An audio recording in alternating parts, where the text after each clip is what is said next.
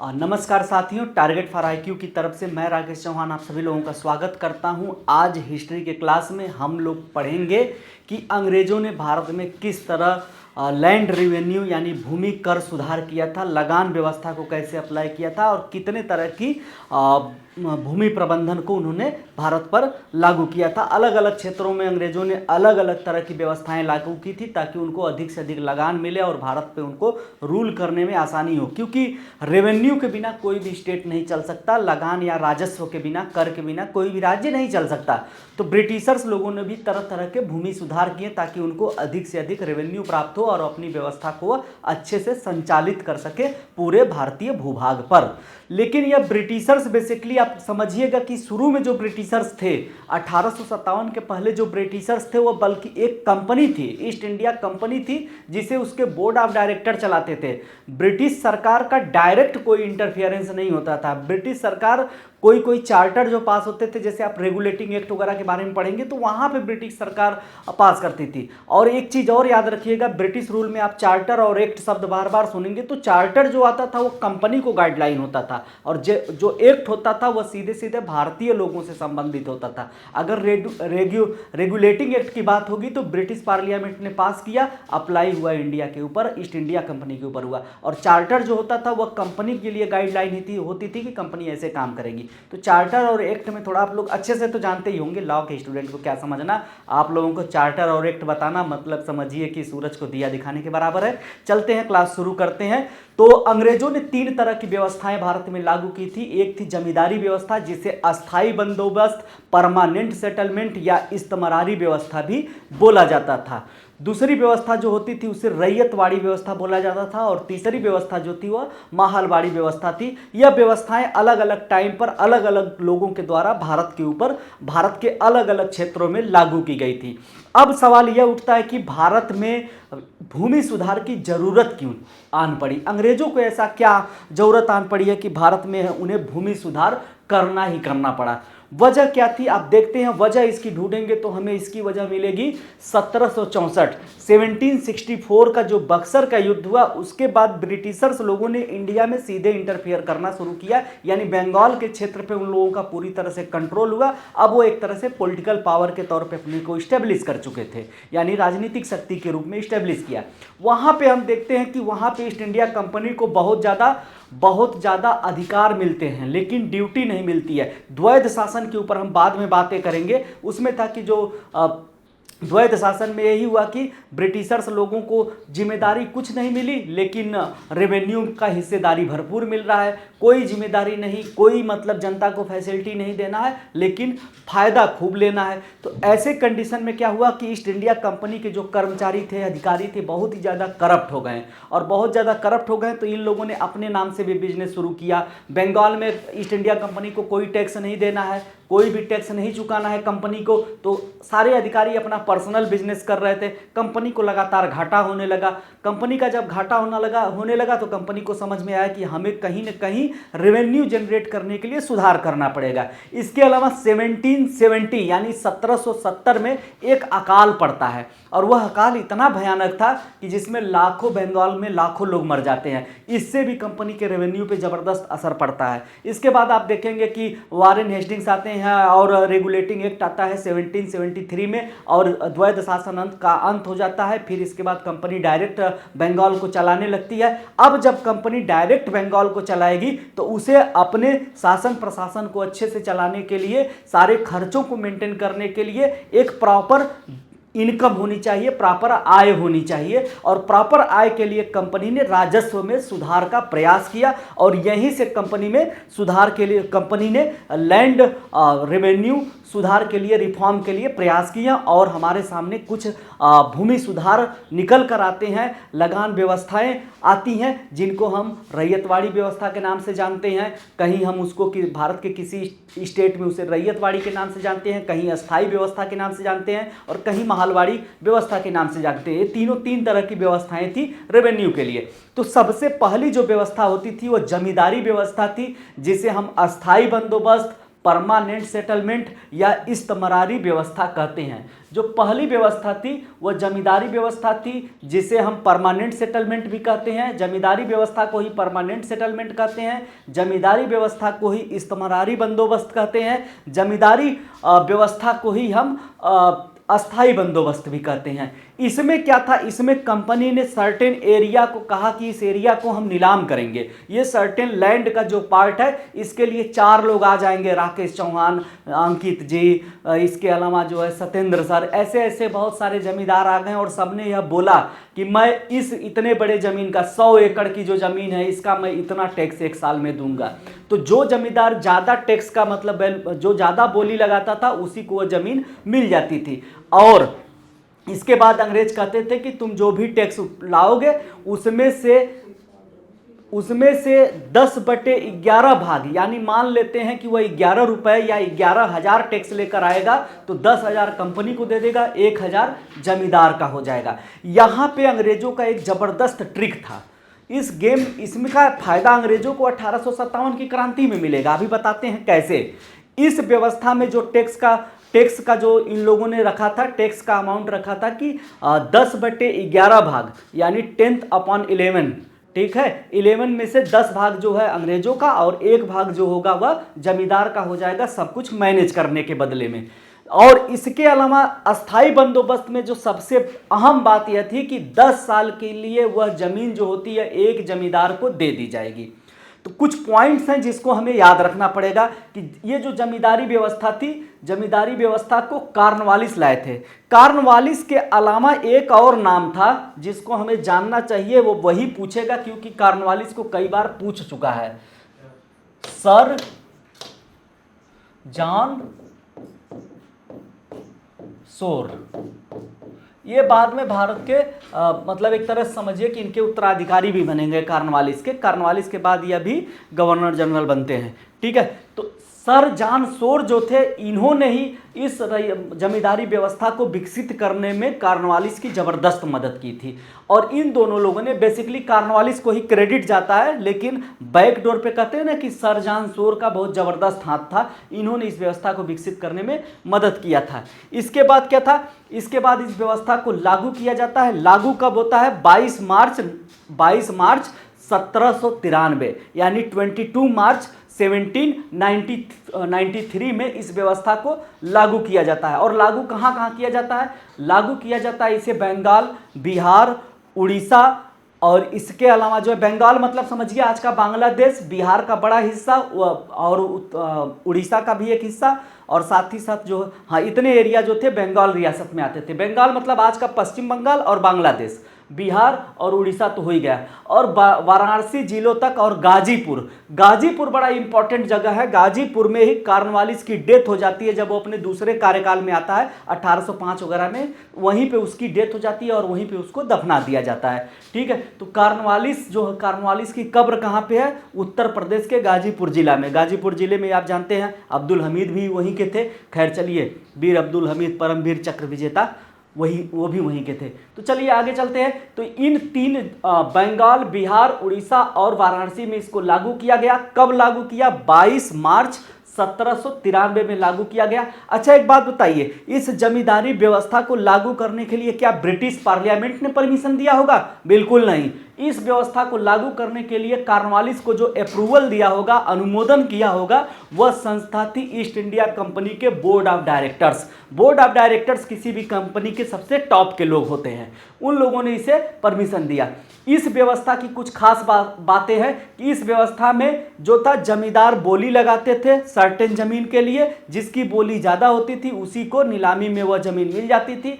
10 सालों के लिए यह जमीन मिलती थी। इस दौरान अगर जमींदार मर गया तो उसके बच्चे उसके उत्तराधिकारी हो जाएंगे, यानी वंशानुगत थी। 10 साल के अंदर अगर जमींदार मर गया तो 10 साल के टाइम अब फिर से नीलामी नहीं होगी, 10 साल के टाइम का पूरा पट्टा है। उस दौरान अगर जमींदार की डेथ हो जाए तो उसके बच्चे उसके पद को संभाल लेंगे, या जमींदार चाहे कि वह अमेरिका शिफ्ट हो रहा है तो अपनी सारी जमीन किसी दूसरे जमींदार को बेच भी सकता था, यानी हस्तांतरण भी कर सकता था, और वंशानुगत भी यह व्यवस्था थी, ठीक है। इसमें जमींदार को जितना भी रेवेन्यू आता था, रेवेन्यू का 10/11वां भाग ईस्ट इंडिया कंपनी को और 1/11वां भाग अपने लिए उसको मिलता था। जमींदारी व्यवस्था में देखा जाए तो इसमें एक जो सबसे बड़ी कमी थी वह थी सूर्यास्त नियम। सूर्यास्त नियम ठीक वैसा ही था जैसे पुष्पा मूवी में वो नहीं था, अरे विधायक जी आपने 2 मिनट लेट कर दिया, मैं तो उसे मार चुका हूं, वही बात थी। जैसे जमींदार था, जैसे मान लेते हैं आज 2 जून है, 2 जून की डेट है कि इस दिन जो है जमींदार को सारा लगान जो है अंग्रेज के यहाँ जमा करना है, अंग्रेज ऑफिसर के यहाँ, सब कलेक्टर के यहाँ जमा करना है। जमींदार सब कुछ लेकर चला, पता चला उसका बैल मर गया, बैलगाड़ी पे माल लदा है, बैल ही मर गया। अब वो जमींदार किसी तरह धक्का उक्का लगाते हुए बैलगाड़ी लेकर पहुंचा कलेक्टर ऑफिस में और उसी समय सूरज डूब गया। जब अब वहाँ पे जब कलेक्टर बोलेगा वो 2 मिनट लेट कर गए तुम, अब से तुम्हारी जमींदारी कैंसिल, अब तुम्हें हैवी पेनल्टी देना पड़ेगा या फिर तुमको तुम्हारी जमींदारी ले ली जाएगी। अब किसी और को उसकी जमींदारी दी गई, जिसकी वजह से क्या होता है कि पुराने जितने जमींदार थे वो धीरे धीरे करके हट गए, उनकी जगह नए जमींदार आ गए और नए जमींदार जो आ गए वो लोग जाकर कलकत्ता में, बेसिकली बंगाल की बात हो रही तो कलकत्ता में सेटल्ड हो गए। अब कलकत्ता महानगर बनेगा और अपनी जमींदारी को देखने के लिए उन्होंने अपना एक रिप्रेजेंटेटिव गांव में रख दिया। इससे एक नया क्लास निकल कर आता है जो प्रो अंग्रेज का हो जाता है। 1857 की क्रांति में यही नए जो जमींदार बनते हैं वो जबरदस्त तरीके से अंग्रेजों को सपोर्ट भी करते हैं। जैसे बिहार में आप देखेंगे तो बिहार में जो बड़े बड़े जमींदार थे 1857 की क्रांति में अंग्रेजों का सपोर्ट करते हैं और बदले में उनकी और जमीनें मिल जाती हैं उनको। चलिए, तो रैयतवाड़ी व्यवस्थाएं, रैयतवाड़ी व्यवस्था देख लिया आपने, इसमें क्या था, सूर्यास्त नियम था। और एक इंपॉर्टेंट बात ये थी कि आंधी तूफान बाढ़ आ जाए, सूखा पड़ जाए, चाहे कुछ भी आ जाए, जितना फिक्स अमाउंट देना है उतना हर साल जमींदार साहब को देना ही पड़ेगा। फसल हुई है नहीं हुई है कोई फर्क नहीं पड़ता, किसी भी प्रकार की आपदा, अकाल या सूखा में किसी प्रकार की कोई छूट नहीं मिलेगी। तो यह व्यवस्था जो थी जमींदारी व्यवस्था थी। दूसरी व्यवस्था की अगर हम बात करते हैं तो दूसरी थी रैयतवाड़ी व्यवस्था। रैयतवाड़ी व्यवस्था जो थी, एक्चुअल में रैयतवाड़ी व्यवस्था जो थी यह सबसे पहले लाई गई थी, लेकिन इसको लागू करने में काफ़ी टाइम आ गया। इन तीनों व्यवस्थाओं में, जमींदारी व्यवस्था, रैयतवाड़ी व्यवस्था और माहलवाड़ी व्यवस्था में जो कॉन्सेप्ट था, जो आइडिया था, वह रैयतवाड़ी व्यवस्था का सबसे पहले यही आइडिया आया था। 1793 में, 1793 में अस्थाई बंदोबस्त या जमींदारी व्यवस्था आती है, लेकिन कर्नल रीड ने 1792 में ही 1792 में ही रैयतवाड़ी व्यवस्था का कॉन्सेप्ट दे दिया था और प्रयोग के तौर पे इसको लागू भी किया था। मद्रास के उत्तर पूर्वी कोने में एक जगह है जिसका नाम बारामहल है। बारामहल जिले में कर्नल रीड ने इसको शुरू भी किया था। कब किया था? 1792 में। और 1793 में आपका जमींदारी या अस्थाई व्यवस्था जो ऊपर हम पढ़ चुके हैं, तो सबसे पहले प्रयोग के तौर पे, एक्सपेरिमेंट के तौर पे जो व्यवस्था लागू की गई थी वो रैयतवाड़ी व्यवस्था थी। बहुत ही छोटे एरिया पे लागू की गई थी, उतना उस समय यह सफल नहीं हुई थी, लेकिन बाद में इसको फिर से लागू किया जाता है। तो अगर आपसे क्वेश्चन पूछा जाए कि सबसे पहले कौन सी व्यवस्था आई कौन थी, सबसे पहले कौन सी व्यवस्थाएं व्यापक रूप से लागू की गई थी, तो वह जमींदारी व्यवस्था थी। लेकिन जो मतलब प्रायोगिक तौर पे लागू की गई थी वह कौन सी व्यवस्था थी? रैयतवाड़ी व्यवस्था थी। सबसे पहले किस व्यवस्था का आइडिया, विचार आया था? तो वो रैयतवाड़ी व्यवस्था थी जो 1792 में आ चुकी थी। लेकिन बड़े लेवल पे जो सबसे पहले अप्लाई हुई थी वह जमींदारी व्यवस्था थी, जिसे कॉर्नवालिस ने लागू किया था। कॉर्नवालिस ने एक बड़ा इंपॉर्टेंट काम किया था, बनारस में एक संस्कृत महाविद्यालय बनवाया था। याद रखिएगा, संस्कृत महाविद्यालय बनारस में किसने बनवाया था? कॉर्नवालिस ने बनवाया था, जिसे प्रशासकीय या शासकीय संस्कृत महाविद्यालय बोला जाता था। ठीक है, शासकीय, गवर्नमेंट, कुछ ऐसे शब्द होगा अंग्रेजी में। शासकीय संस्कृत महाविद्यालय उसने बनारस में खोला था। किसने? कॉर्नवालिस ने। यह क्वेश्चन पूछा जा सकता है आपसे। चलिए आगे चलते हैं। आगे देखते हैं। कॉर्नवालिस बेसिकली एक ऐसा योद्धा था जो अमेरिका के स्वतंत्रता संग्राम में भी लड़ा था, वहां से डिफीट हुआ। जॉर्ज वाशिंगटन ने अमेरिका में उसे डिफीट किया, फिर उसे भारत बुला लिया गया, बेइज्जती के साथ भारत आया। फिर कहा इंग्लैंड में जाऊंगा तो और बेइज्जती होगी, मुझे कहीं पोस्टिंग दे दो। तो लोगों ने कहा तुम भारत जाओ, तुम पहले वहाँ लात खा चुके हो, अब तुम्हें आइडिया हो चुका है कि कैसे लोग परेशान करते हैं किसी कॉलोनी में, तो तुम इंडिया को मैनेज बेहतर तरीके से करोगे क्योंकि तुमको अमेरिका का एक्सपीरियंस है। तो उसे फिर इंडिया में भेज दिया जाता है कॉर्नवालिस को।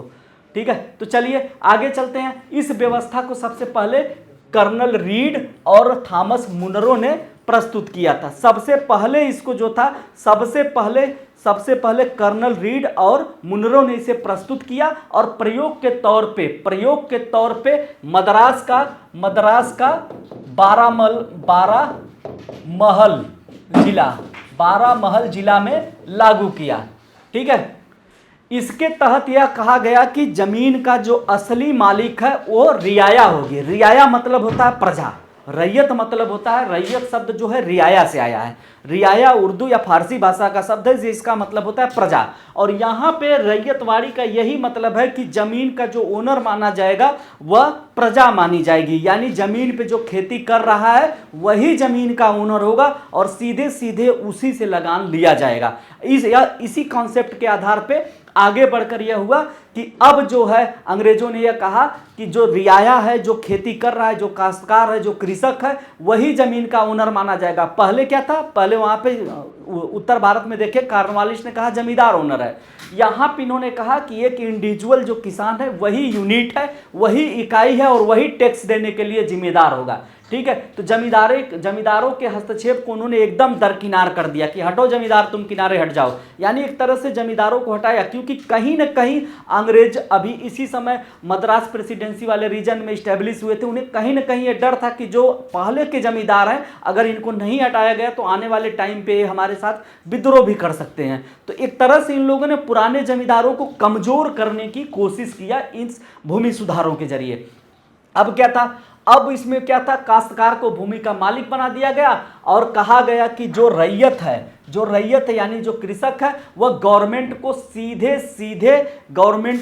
सीधे टैक्स देगी। ठीक है, क्लियर है। इसके बाद जो होता है, इस व्यवस्था को लागू करते हैं मद्रास में 1820 में जाकर। यह व्यवस्था 1820 में जाके आई कब थी, 1792 में आ गई थी, लेकिन 1820 में यह व्यापक तौर पे लागू की जाती है। मद्रास में कौन लागू करेगा, मद्रास प्रेसिडेंसी में इसको लागू करते हैं रीड साहब। मद्रास प्रेसिडेंसी में मुनरो लागू करेंगे, मद्रास में मुनरो लागू करेंगे, मद्रास में इसे मुनरो लागू करते हैं। ठीक है, और बंबई प्रेसिडेंसी में इसे लागू करते हैं एक बंबई के जो रहे होंगे हेड, उनका नाम था एल्फिंस्टन नाम था उनका, एलिफिंस्टन नाम था। एलिफिंस्टन शब्द आप लोगों ने सुना होगा, एक मूवी आई थी, उस मूवी में नाम था, क्या नाम है जिसमें गाना था, वो लड़की बहुत याद आती है, अजय देवगन की मूवी थी कयामत।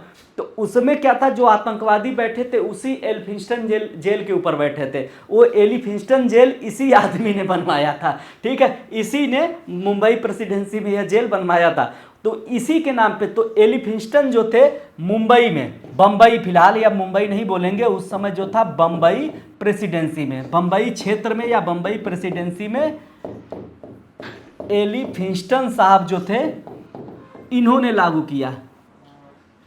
एलिफिंस्टन जो थे इन्होंने इसको लागू किया था।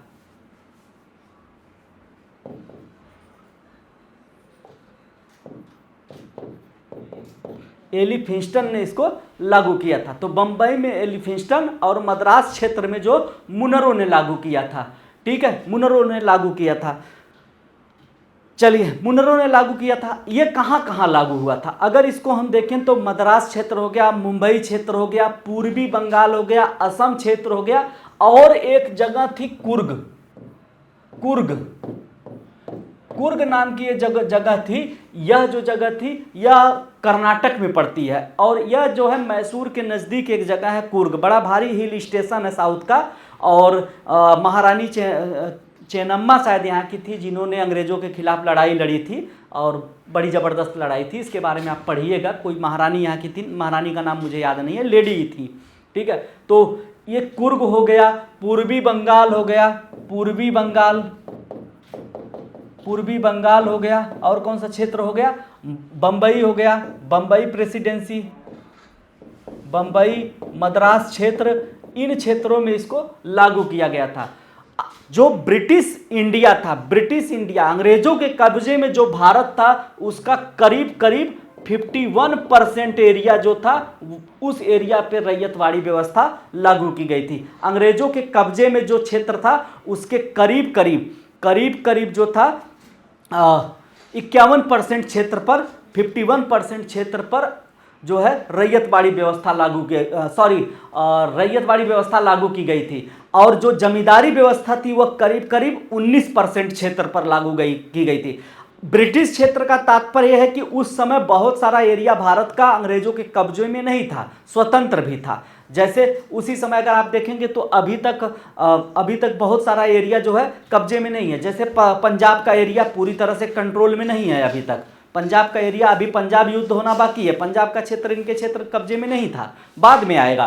तो अंग्रेजों के कब्जे में जो एरिया था उसका 19% जो था वह 19% जो था वह था जमींदारी व्यवस्था में, जमींदारी व्यवस्था में, ठीक है, जमींदारी व्यवस्था में। 51% क्षेत्र था रैयतवाड़ी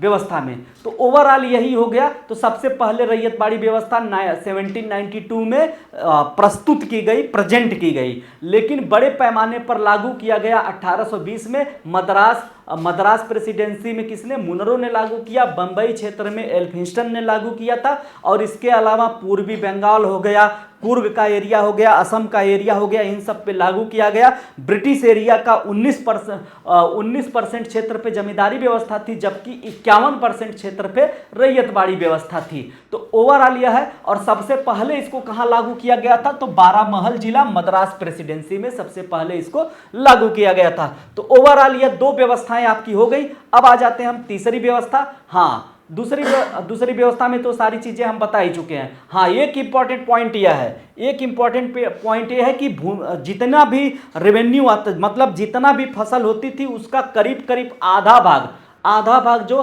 ब्रिटिशर्स ले लेते थे। जहाँ पे सिंचाई की अच्छी व्यवस्थाएं थी वहाँ पे 60% ले लेते थे। जहाँ पे सिंचाई की व्यवस्था विकसित नहीं थी वहाँ पे 50% टैक्स था। यानी किसान को सिर्फ 40% मिलता था, 60% अंग्रेज ही ले लेते थे।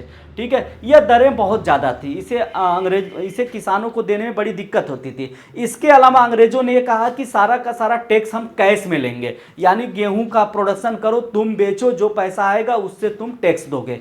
तो अब टैक्स देने के लिए किसानों के पास पैसे नहीं होते थे तो वो लोकल साहूकार से लोन ले लेते थे, जिसकी वजह से साहूकार बहुत ज़्यादा इंटरेस्ट चार्ज करता था, जिसकी वजह से किसानों को बहुत ज़्यादा दिक्कतें होती थी। और अंततः किसान खेती बाड़ी छोड़कर, जमीन छोड़कर भाग जाते थे, कहते हमसे ना हो पाएगा, साहूकार को भी पैसा दो, अंग्रेज को भी पैसा दो, बचेगा क्या मेरे पास? तो जंगल में चला जाता था बेचारा। ठीक है, तो ये सब व्यवस्थाएं थी। ठीक है, अगर कोई किसान जमीन टैक्स नहीं देता था तो उसकी ज़मीन छीन लिया जाता था। इसके लिए अंग्रेज़ों ने हर एक गांव में अपना एक बंदा रखा था। वह सबको देखता था कि इनकी फसल इतना बढ़िया हो गई है, इतनी कमाई हो जाएगी, वो रजिस्टर मेंटेन करके कलेक्टर को पहुंचा देता था। समझ गए बात को? तो ये बड़े बड़े गेम होते थे। चलिए आगे चलते हैं। महलबाड़ी व्यवस्था। महलबाड़ी व्यवस्था की अगर हम बात करते हैं तो यह व्यवस्था दिया था हाल्ट मैकेंजी ने। हाल्ट मैकेंजी ने महलबाड़ी व्यवस्था को दिया था और यह व्यवस्था जो थी 1819 में आई थी। ठीक है, 1819 में यह व्यवस्था आई थी और हाल्ट मैकेंजी ने सुझाव दिया था 1819 में और इसको लागू किया गया था 1830 के आसपास। लागू का क्षेत्र कौन सा था इसका? जैसे यूपी का आगरा वाला क्षेत्र हो गया, यानी पश्चिमी उत्तर प्रदेश का क्षेत्र हो गया। देखिए, उत्तर प्रदेश में दो बड़े सेंटर होते थे पावर के। एक होता था इलाहाबाद, जो पूरा ईस्ट यूपी को कंट्रोल किया जाता था। एक होता था आगरा वाला रीजन, यहाँ से पूरे वेस्ट यूपी को कंट्रोल किया जाता था। ठीक है, तो इस तरह यूपी को इन लोगों ने कंट्रोल किया। आप याद होगा आप लोगों को कि कैसे शाह आलम के साथ जो समझौता हुआ था, जो अंग्रेजों ने जो साइन किए थे, अंग्रेजों के साथ जो संधि हुई थी, इलाहाबाद की संधि, शाह आलम द्वितीय के साथ क्लाइव ने साइन कराया था। बक्सर के युद्ध में क्लाइव नहीं शामिल था, याद रखिएगा, लेकिन बक्सर की युद्ध के बाद जो इलाहाबाद की ट्रीटी हुई थी उसको साइन करवाने में क्लाइव आ चुका था, वापस आ गया था। ठीक है, तो याद रखिएगा, कभी कभी आपको फंसा देगा कि बक्सर के युद्ध में कौन था शामिल, तो क्लाइव उसमें नहीं था।